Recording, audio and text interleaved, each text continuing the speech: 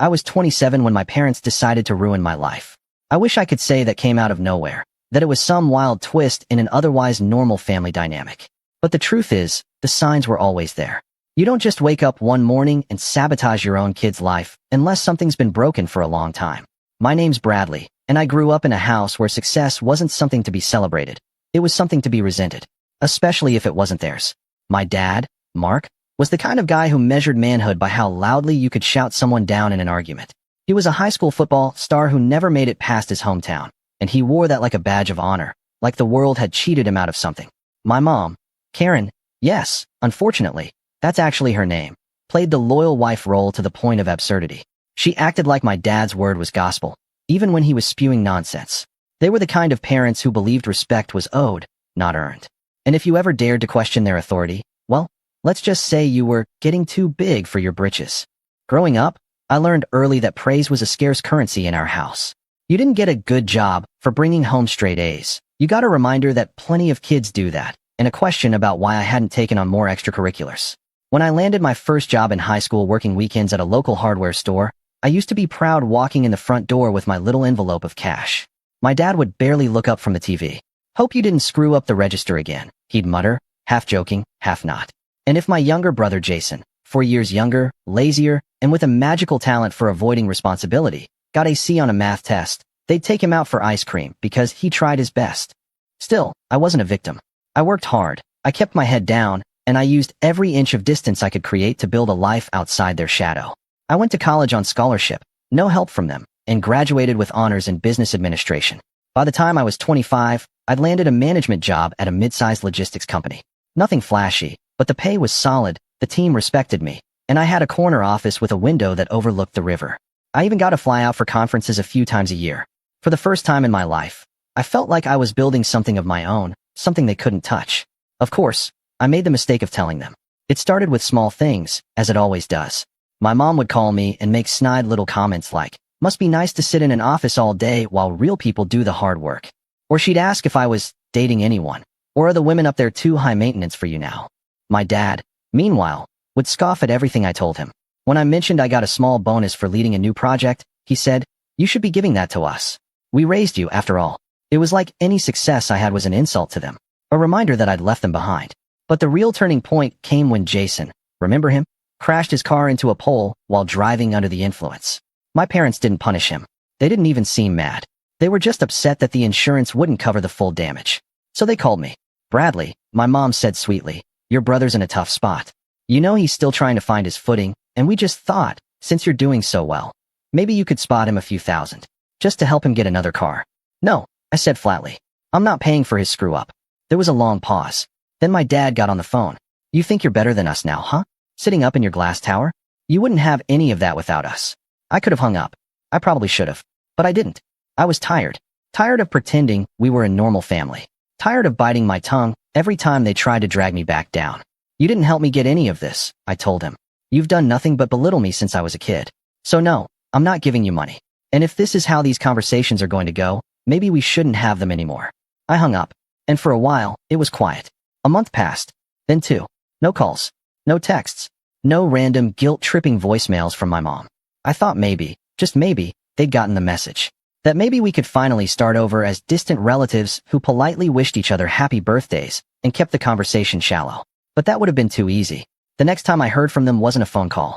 It was a meeting with my boss. He called me into his office, his expression unreadable. I remember the way he folded his hands on the desk and said, "Bradley, I received a very disturbing phone call this morning." My stomach dropped. "Someone claiming to be your father said they had evidence you've been stealing money from the company." I laughed. I couldn't help it. It sounded so ridiculous. "Wait, what?" His face didn't change. "He claimed you'd been funneling client payments into a personal account, and that he had bank statements to prove it. Obviously, we take allegations like this seriously, so I reviewed everything myself.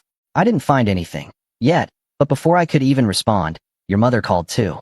She said you'd confessed to her in tears and begged her not to tell anyone." My mouth went dry. "Sir, that's completely false. I would never."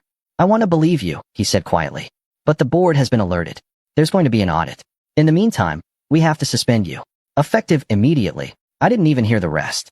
It was like white noise washed over everything. I stood up. I nodded, numb, and walked out of that building in a daze, my ID badge still dangling from my neck like a joke. My coworkers stared at me as I passed. Some gave me sympathetic looks. Others avoided my gaze. I sat in my car for an hour. I didn't cry. I didn't scream. I just sat there, replaying every interaction I'd ever had with my parents, trying to understand how we'd gotten here. And then I called them. My mom answered on the second ring, her voice sugary sweet. "Bradley, how are you? You called my job," I said. "You told them I was stealing money. Are you out of your mind?" There was a pause. Then, in the background, I heard my dad say, "Put him on speaker." She did. "Bradley," my dad said, "we were just trying to help. You've been so full of yourself lately. Someone needed to bring you back down to earth." I blinked. "You ruined my career. You think this is some kind of lesson? You'll bounce back," he said. "But maybe next time, you'll remember where you came from." I couldn't breathe. I couldn't speak. And that's when it hit me. They weren't going to apologize. They weren't going to take it back. They thought they were right. And that's when I decided they were never going to see what was coming next. I didn't sleep that night. I lay in bed staring at the ceiling, the weight of everything crushing down on my chest like a concrete slab. Every hour or so, I'd reach for my phone hoping to see an email from my boss, maybe an apology saying it was all a misunderstanding and that I could come back. But nothing. Just silence. Silence from work. Silence from the so-called friends I'd made there. And the loudest silence of all, from the people who had detonated my entire life and went to bed that night without a second thought. For the first week, I kept hoping it would blow over. That HR would realize the allegations were baseless. That someone, anyone, would take my side. But the truth was, when someone accuses you of something that's serious, especially when it comes from your own parents, it sticks. My work email was locked. My company card frozen. The few colleagues I texted gave me dry responses or ghosted me altogether. I could feel the walls closing in. That weekend, I got a call from Jason. I stared at his name flashing across the screen for a good 10 seconds before answering. We hadn't spoken since I'd refused to pay for his DUI wreck. He was the golden boy, the favorite, the one who could burn down the house and somehow still be handed a trophy. "Brad," he said, casual as ever. "Man, you okay? Mom told me you were having a rough week." "Rough week? Like I caught the flu or something. You mean the part where they lied to my boss and got me suspended?" I asked flatly. He whistled. "Yeah, that was messed up. But, they were just trying to help." I almost laughed. "Help? Look, man," he said, shifting into that familiar tone of fake empathy he always used when he wanted something. "Dad said you've been acting like you're better than everyone. I'm not saying they were right, but you have been kind of distant. You don't come home anymore. You don't call unless they call first. I think they just felt like you were slipping away." "I was slipping away," I snapped. "Because every time I come around, it turns into a guilt trip or a lecture. I'm not going to keep subjecting myself to that just because they're family." There was a pause. Then Jason, still soft-spoken, said something that made my skin crawl. If you just gave them what they were asking for, this probably wouldn't have happened." I didn't even respond. I just hung up. And that was when I realized this wasn't just about the phone call. This was about control. About a family so threatened by my independence that they had to destroy it to feel powerful again. I wasn't their son. I was their success story, and if I stopped playing along, they'd rather see me ruined than proud. The audit at work dragged on. I was put on unpaid leave while the board sorted through every expense report, every client invoice, every travel receipt I'd filed over the past 2 years. It didn't matter that I had nothing to hide. The accusation alone was enough to blacken my name. I couldn't even walk into a coffee shop without wondering if someone had heard about that manager who embezzled funds and got caught. My landlord was sympathetic for the first month. But by the second, I was dipping into savings to keep the lights on. And by the third, I was selling my PS5, my spare monitor, even the expensive watch I'd gotten as a promotion gift. I was hemorrhaging. I applied for jobs. Dozens of them. But references were impossible. The HR department at my old job wouldn't give a clear answer to recruiters, just that I was under review and not currently employed. In the business world, that's code for don't touch this guy. By month 4, I was driving Uber at night just to cover groceries. And then came the wedding invitation. No, not mine. Jason's. I got it in the mail like a slap to the face. A glossy card with golden trim, all frills and fake smiles. "You are cordially invited to the union of Jason Miller and Danielle Roberts." The envelope had a handwritten note from my mom. "We hope you'll come. It would mean a lot to the family."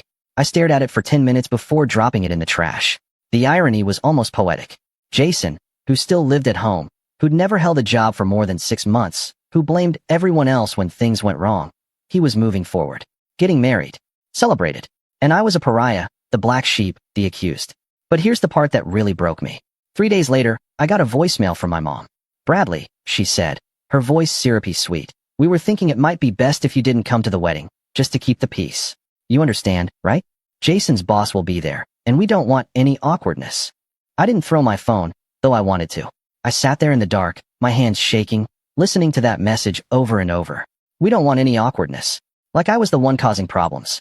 Like I was radioactive, uninvited from my own brother's wedding because I was inconvenient to look at. That was the moment something snapped in me. This wasn't just emotional neglect anymore. This was character assassination. A slow, calculated unraveling of my life from people who were supposed to love me. And still, I didn't retaliate. Not yet. Instead, I started documenting. Every text, every voicemail, every bank statement. I gathered everything. Proof of my clean work history, emails from clients praising my leadership, performance reviews. I submitted an official written statement to HR, complete with timelines and attached files. I wrote out what had happened with cold, surgical detail, who called, what was said, and when. I knew it wouldn't erase the stain, but I had to fight it, even if no one ever read it. But even then, they weren't done. I found out from an old coworker that my parents had come in person to my former office building. They showed up during a lunch hour, handed a folder to the front desk, and asked if they could speak with someone in management. Inside the folder were edited bank statements. Fabricated. Forged. Documents that made it look like I had transferred funds to a personal account. Thankfully, the company had already begun verifying everything with accounting and saw the discrepancies. But the intent was clear. They were trying to destroy me. It wasn't about humility. It was about power. I finally reached out to a lawyer. A friend of a friend who specialized in defamation and workplace retaliation. I met him in a dingy downtown office, wearing a button-down shirt I'd ironed 3 times to make it look presentable. I was exhausted, broken, and borderline out of money. But I had one thing left. Rage. You have a case, he told me after listening to everything. A strong one. And suddenly, for the first time in months, I felt a flicker of control return.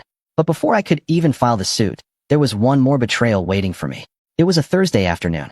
I was home, jobless and halfway through a bowl of instant noodles, when there was a knock on the door. I opened it to find a man in a crisp suit holding a manila envelope. You've been served, he said, then walked off. I opened it. Inside, a letter from my parents. They were suing me for emotional distress, claiming I had threatened and harassed them and publicly defamed their character in retaliation for a misunderstanding. It was unreal. They accused me of hurting them after what they did to me. And that was the moment. That was the exact second I knew this wasn't just going to end with cutting contact or moving on. This wasn't going to be a clean break or a sad story I told my therapist years from now. No, this was going to be war. And I was going to win. I didn't answer calls for the next 3 days. Not from my lawyer, not from Jason, not even from my old coworker Brian who'd left me a sympathetic voicemail saying, I don't know what's going on, man, but I believe you. I couldn't even bring myself to respond. I was too far gone. I stared at that lawsuit from my parents like it was some kind of cosmic joke. Emotional distress? Public defamation? They'd tried to erase my career, driven me into financial ruin, forged documents to frame me. And now they were playing the victims? What made it worse, what made it unbearable, was the tone of the letter. Clinical. Cold. Like they were suing a stranger. Like I was just a name on a docket. I wish I could tell you I responded with strength. That I pulled myself together, called my lawyer, and marched straight into battle. But that wouldn't be the truth. The truth is, I spiraled. There's no romantic way to describe what rock bottom feels like. It's not always dramatic. Sometimes, it looks like a guy in sweatpants eating ramen off a paper plate at 2 a.m. while reruns of some show he's not even watching drone in the background. Sometimes, it's a silent panic attack that lasts for hours. Sometimes, it's just nothing. You don't cry. You don't rage. You just exist in a hollow kind of numbness. I canceled my gym membership. I stopped answering texts. I stopped shaving. For the first time in my adult life, I had no purpose. No direction. No schedule. I was a ghost in my own apartment. And then the eviction notice came. I was behind on rent by 2 months. My savings were gone. Uber income barely covered groceries. I had exactly 13 days to vacate. That night, I sat on the floor with my back against the fridge, holding the eviction letter in one hand and my phone in the other. I almost called them. Almost. Part of me, some pathetic little fragment, still believed they might feel bad. That they might take it back. That this was all some elaborate test, and if I just gave in, they'd welcome me back like nothing happened. But I didn't call. Instead, I called the only other number I had left. Kira. She was an ex. We dated in college.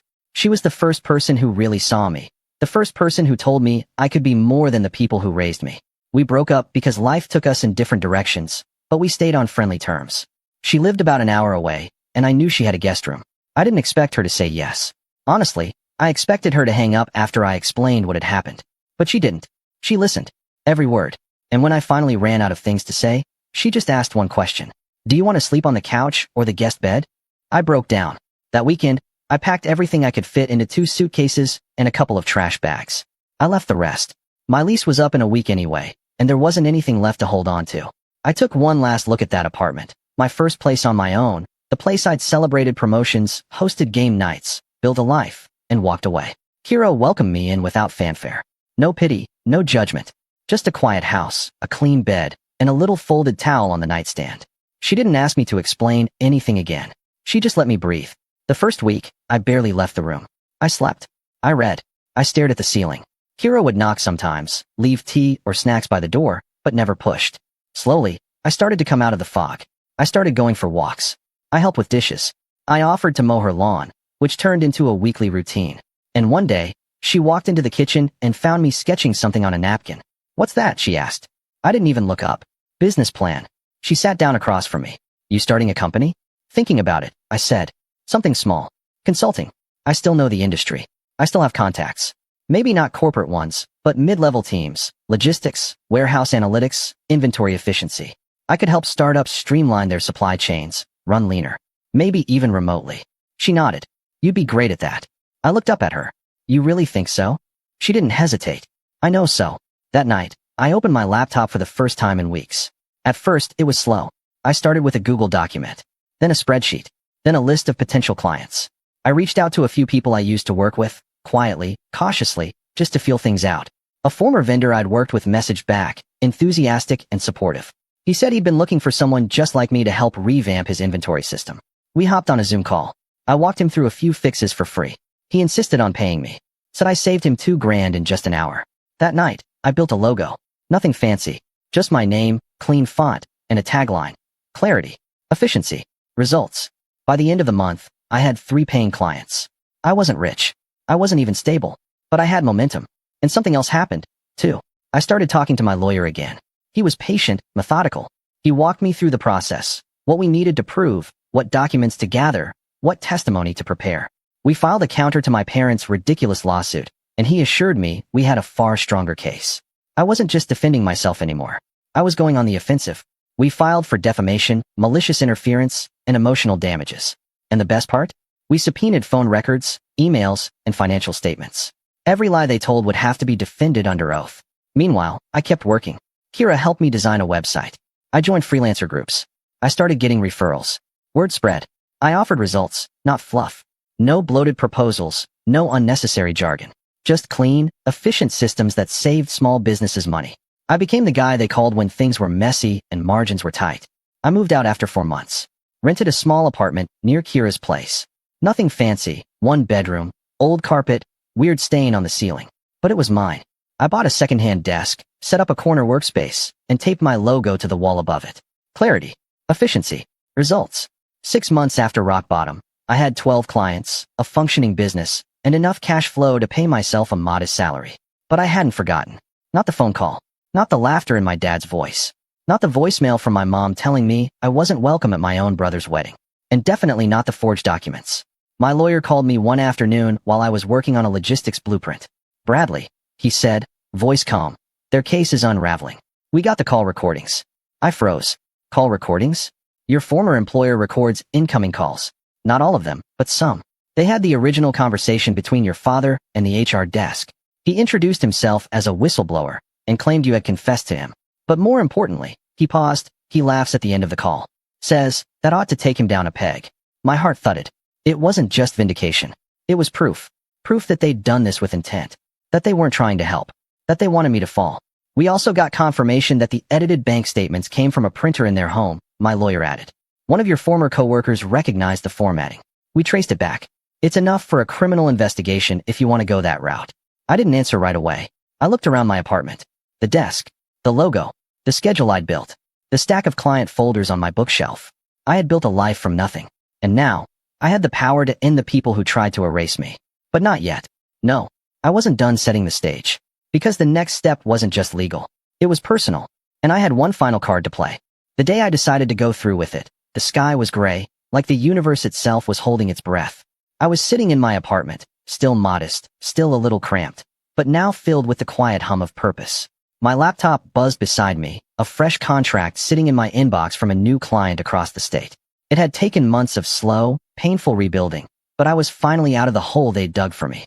I had cash in the bank. My reputation was quietly mending. My clients trusted me. More than anything, I had something I hadn't felt in nearly a year, leverage. And that meant it was time. Time to stop surviving and start strategizing. My lawyer, Evan, was the first piece of the puzzle. He was calm and unshakable, a man who never raised his voice even when he was about to ruin someone in court. When I called him and said, "I'm ready to press forward with the defamation suit," he didn't ask questions. He just said, "Then let's start preparing for war." We already had the call recordings, one from my dad to my old HR department, another from my mom to a different manager at the company. The tone in both calls was casual, almost gleeful. It was the kind of evidence you couldn't buy, malicious intent, preserved in crystal clear audio. But that was just the surface. Evan wanted more. He wanted to hit them with so much pressure that they'd crack from the inside. "Let's see who else they talked to," he said. "Let's follow the timeline." So we filed for discovery. Within weeks, we got access to emails, phone logs, even some text messages between my parents and Jason. What we found chilled me. Jason had known. He wasn't just a passive bystander. He'd encouraged them. One text from my dad to him read, "He's getting cocky. Might be time to humble him." Jason replied, "Do it before the wedding. Don't want him showing up and making things about himself." I sat in my car reading that message over and over, my knuckles wide around the steering wheel. I'd expected resentment, sure. Jealousy, maybe. But the coldness in those words, it felt like a knife twisting in my ribs. And yet, it confirmed something crucial. This wasn't just about pride. This was planned. With that confirmation, Evan filed a formal claim for damages, citing malicious conspiracy and intentional interference with business relations. We named both of my parents and Jason. But the lawsuit was only part of it. I didn't just want legal revenge. I wanted personal revenge. I wanted them to know exactly what they threw away. And I wanted them to watch it grow into something they could never touch again. So I started laying the real groundwork. The first step was visibility. Until now, I'd kept my business quiet, intentionally low profile to avoid attracting attention. But now I wanted everyone to see it. I hired a designer to overhaul my website. Clean, professional, sharp. I paid for branding consultations, updated all my social media profiles, and launched a weekly blog on supply chain innovations that quickly picked up traction in a couple of niche circles. Then, I reached out to a podcast host I'd met years ago at a logistics conference. We'd shared a drink and exchanged business cards, and I still had his number. When I called, he remembered me instantly. "Bradley Miller? From the Atlantic Freight Summit? You were the panelist on real-time inventory tracking, right?" "That's me," I said, smiling. "I've been working on some independent projects. Wondered if you'd be open to a guest interview." "Absolutely. Name the day." 2 weeks later, the podcast dropped. It was called The Supply Chain Solution, and it had a modest but loyal following. My episode was titled From Collapse to Comeback: How One Consultant Rebuilt After Corporate Fallout. I didn't name names. I didn't air dirty laundry. But I spoke truth. I talked about false allegations, being sabotaged by people I trusted, rebuilding from scratch, and helping others do the same. I framed it as resilience, strategy, leadership under pressure. But those who knew the story, my family, they'd hear every word as a dagger. And it worked. Because a week later, Jason texted me. "Jason, did you seriously go on a podcast and talk about us?" I stared at it, then typed back a single sentence. "Me? Did you seriously try to ruin my life before your wedding?" No reply. Good. Let the silence sink in. But I wasn't finished yet. The wedding had come and gone by this point. Jason and Danielle got married in some vineyard upstate. I wasn't invited, of course, but I didn't need to be. One of Danielle's cousins followed me on Instagram and posted a photo dump that included my parents, laughing, arms around Jason, like they hadn't torn their other son's life apart months earlier. In that moment, I realized something strange. They still believed they'd won. That I'd stay broken. That the lawsuit was just noise. That I was still the black sheep, knocking on their door, waiting for a scrap of approval. So I gave them a taste of what they feared most. Indifference. I stopped acknowledging them. No texts. No emails. No engagement with their social media. They reached out once. My mom sent a brittle, passive-aggressive message saying she hoped we could move past all this unpleasantness. I didn't respond. Instead, I posted a LinkedIn update with a smiling photo of me in my new office space. Yes, I'd just leased a small suite downtown to meet with clients. Grateful to have turned the darkest chapter of my life into the launchpad for something I never thought I'd have: freedom. Thanks to everyone who supported me during the rebuild. More to come. It got 19,000 views, including one from my father. Don't ask me how I knew. I just knew. Someone told him. Someone showed him. That's the thing about people like him. They always keep tabs on what they hate. Meanwhile, Evan had set our court date. I wasn't just suing for defamation anymore. We'd added damages from lost wages, reputational harm, emotional trauma, and punitive action for the forged financial documents. My old company, realizing the liability, offered me a quiet settlement. It wasn't huge, but it was enough to acknowledge wrongdoing, and enough to fund the next stage of my business growth. And with that growth came more power. I hired a part-time assistant. I spoke at a logistics summit. I was invited to consult for a mid-sized freight company, who offered me double what I used to make in my old job. And still, I stayed quiet. Because I wanted them to wonder what was coming. To feel the weight of not knowing. And then, finally, came the opportunity I'd been waiting for. A friend of mine, Trevor, reached out. He was a partner at a real estate agency, and they were helping a client sell a house. It was large, old, and located in a familiar part of town. He sent me the address. It was my parents' house. They were selling. Downsizing, apparently. Whether it was legal costs, stress, or financial strain, I didn't know. But they were quietly putting it on the market. Trevor added one more thing. They're not listing it publicly yet. Seller's request. But if you're interested, I can get you in early. I stared at the address for a long time. I thought about the front porch where I'd been scolded as a teen. The living room where they laughed at my college plans. The kitchen where I'd once tried to show them my first paycheck, only to be told I was still just a boy. And slowly I smiled. Because now I was the one knocking. The day I walked through the front door of my parents' house again, it was empty. No family photos on the walls. No coats hanging by the entrance. No fake plants on the windowsills. Just dust and echoes and the lingering smell of stale coffee. It had been almost a decade since I'd stood in that living room, but I remembered everything. Every chipped corner of furniture, every creaky floorboard, every place I'd once felt like a visitor in my own home. Trevor met me by the fireplace, clipboard in hand. It's under market value, he said quietly. They're desperate to sell fast. I raised an eyebrow. Why? Rumors of mounting debt. Lawsuit pressure. I think your name might have spooked them. I gave a small, dry laugh. Good. The tour was brief. I didn't need to see the whole place. I already knew the layout better than I knew my own apartment. This wasn't about falling in love with a property. It was about symbolism. It was about walking through the place they used to control me and knowing that this time, I held all the cards. I bought it that week. Cash deal, no contingencies, through an LLC with my assistant as the listed agent. They never knew it was me. Not at first. But we'll get to that. While the paperwork processed, the defamation trial moved forward. It was slower than I liked. Depositions, motions, delays. But with each passing month, the pressure built. Evan was relentless. He dragged out every document, every message, every lie. He had my parents on tape, in print, and on record contradicting themselves. And then came the hearing. We sat across from each other in a small courtroom. My father wore a crumpled suit. My mother clutched her purse like it was a lifeline. Jason was nowhere to be seen. He distanced himself once the subpoenas hit his doorstep. I wondered if he thought ghosting would save him from accountability. It wouldn't. Evan presented our case with brutal clarity. The recordings of their calls to my former employer. The fabricated bank statements traced back to their home printer. The emails and text messages between them and Jason, laced with smugness and spite. My job loss. The mental health toll. The financial collapse that followed. They tried to argue it was a misunderstanding. They tried to paint themselves as concerned parents who'd overreacted. But the evidence shredded their narrative. I didn't speak much. Just once, when the judge asked if I had anything to say. I stood up, looked my parents in the eyes, and said, "You didn't just try to humiliate me. You tried to erase me. And now you want to be pitted for the fallout of your own cruelty. You taught me a lot growing up, mainly what not to become. So thank you. For that, and nothing else." We won. The judgment was brutal. Damages awarded for defamation, loss of income, emotional distress, legal fees, and a public retraction requirement submitted to my former employer. The amount? 6 figures. Not enough to make me rich, but more than enough to ruin them. They appealed. They lost. Within months, their accounts were frozen. Assets seized. The house, which had already been sold, was legally untouchable, tucked safely under my LLC before their creditors could reach it. And that's when I made my move. I waited until the day they were officially forced to vacate the small rental they'd moved into after selling the house. According to court records, they'd fallen behind on payments. The bank was threatening foreclosure. Their car had been repossessed. My dad tried to borrow from Jason, but Jason had his own legal fees to deal with, thanks to his involvement in the conspiracy. My parents were, in every sense of the word, homeless. So I sent them a letter. It was hand-delivered, cream-colored envelope. No return address. Inside, just a simple note typed in the same font they'd used on the fake bank statements they once gave my boss. "You can find shelter at 239 Alderwood Drive. I hear the new owner is very generous." That was their address. The house they raised me in. The one they had to sell. The one I now owned. They showed up the next morning, confused and probably desperate, standing on the porch like characters out of a memory I'd buried.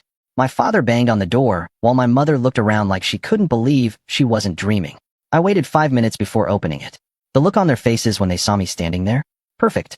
My father's jaw locked. My mother blinked rapidly. Neither of them spoke first. I stepped aside, just enough for them to see into the entryway, the polished floorboards, the repainted walls, the absence of any trace of them. I leaned against the doorframe. "You're trespassing," I said calmly. "You bought the house?" my mom whispered. "I did. But why?" my dad snapped, suddenly angry. "What kind of sick game are you playing?" "No game," I said. "You tried to take everything from me. Now I own the walls you used to control me in." "This isn't right," my mom choked out. "We're your parents." "No," I corrected. "You were people who gave me life, and then did everything in your power to ruin it." "That title, parents, you lost at the day you picked a vendetta over your own child." I closed the door. They didn't knock again. I watched through the peephole as they stood there for a few minutes, exchanging heated whispers. Then they walked away, shoulders heavy, heads low. I never saw them again. Jason sent me an email about 6 months later, something vague and half apologetic. He said he regretted getting caught up in all the drama and hoped we could move forward. I didn't reply, because some things don't deserve closure. Today, my business is thriving. I have 6 full-time employees, a waiting list of clients, and a quarterly newsletter with thousands of subscribers. I'm mentoring young professionals who remind me of myself before the collapse, hungry, hopeful, and looking for guidance from someone who's walked through fire and come out whole. I still drive past the house sometimes. I rent it out now, to a sweet couple with 2 kids and a golden retriever. They've painted the shutters blue, planted a small garden in the front. The laughter that spills from their windows feels like a cleansing. Sometimes, I park across the street and watch them for a few minutes, just to remind myself that home is no longer a place of bitterness. It's a place of healing, a place I reclaimed, a place I won. And every time I get out of my car and walk away, I do it with my head held high, not because I destroyed them, but because I didn't let them destroy me. I didn't burn the bridge. They tried to drown me under it, and I learned how to build my own.